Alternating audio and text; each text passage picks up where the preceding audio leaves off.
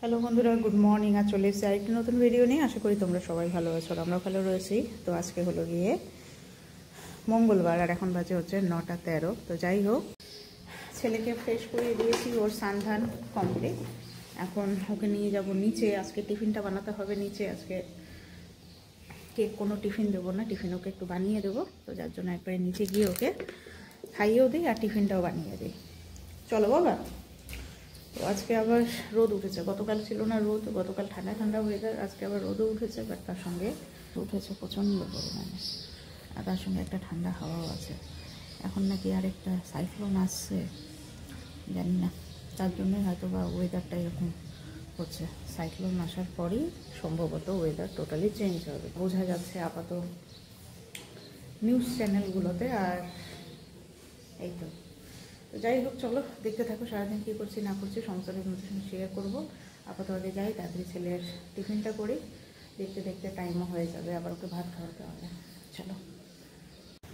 তো সকালে এখন একটু ব্রেকফাস্ট করছি, এখানে নিলাম কফি আর হচ্ছে বিস্কুট। তো আজকে আর ভাত খেতে ইচ্ছা করছে না, তো চলো এটাই খাই।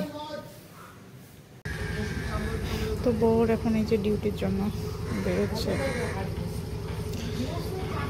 মনটাই খারাপ লাগছে আজকে, কেন জানো? বেরোলো, সেই আসবে কোন রাতে, আমাদের ডিউটির কোনো ঠিক নেই। যাকে চলো। তো আজকে দুপুরে রান্না হয়েছে হচ্ছে ফুলকপি আলু দিয়ে মাছের ঝোল। তো আমার মাছটা আমি ঝোলে দিতে না করেছি, মাছটাকে আমি ভেজে নেব।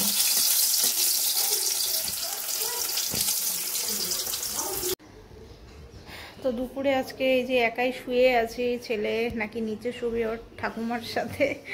আসলে মানে কি বলবো, মাঝে মাঝে ওর ঠাকুমার সাথে ঘুমায় দুপুরবেলা করে, কারণ হচ্ছে গল্প শোনায় তো অনেক রকমের, বাঘ সিংহ অনেক রকমের গল্প শোনে।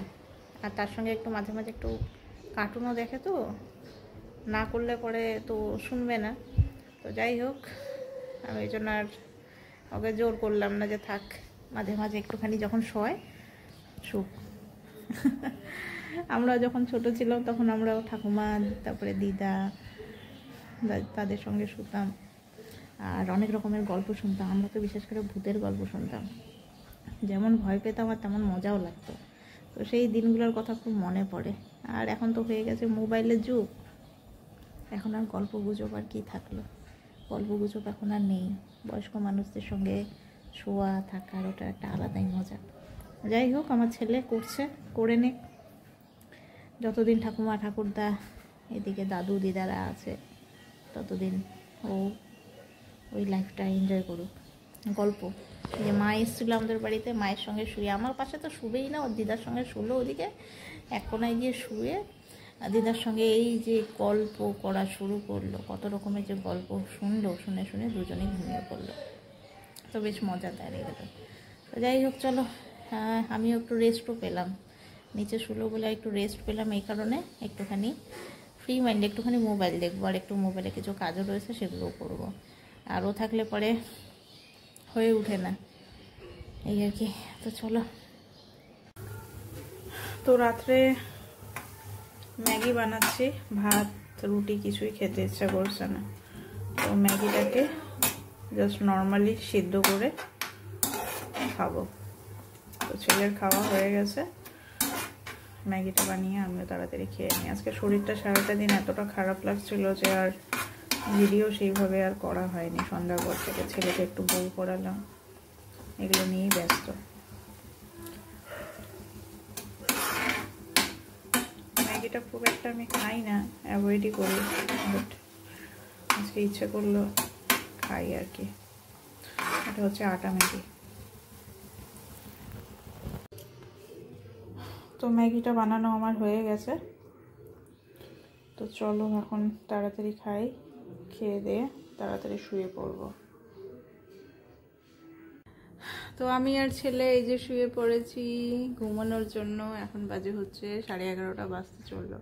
তো আজকে শরীরটা সারাটা দিন এত ক্লান্ত আর মনটাও এত ভালো, মানে খারাপ লাগছিল যে হ্যাঁ দেখাচ্ছি।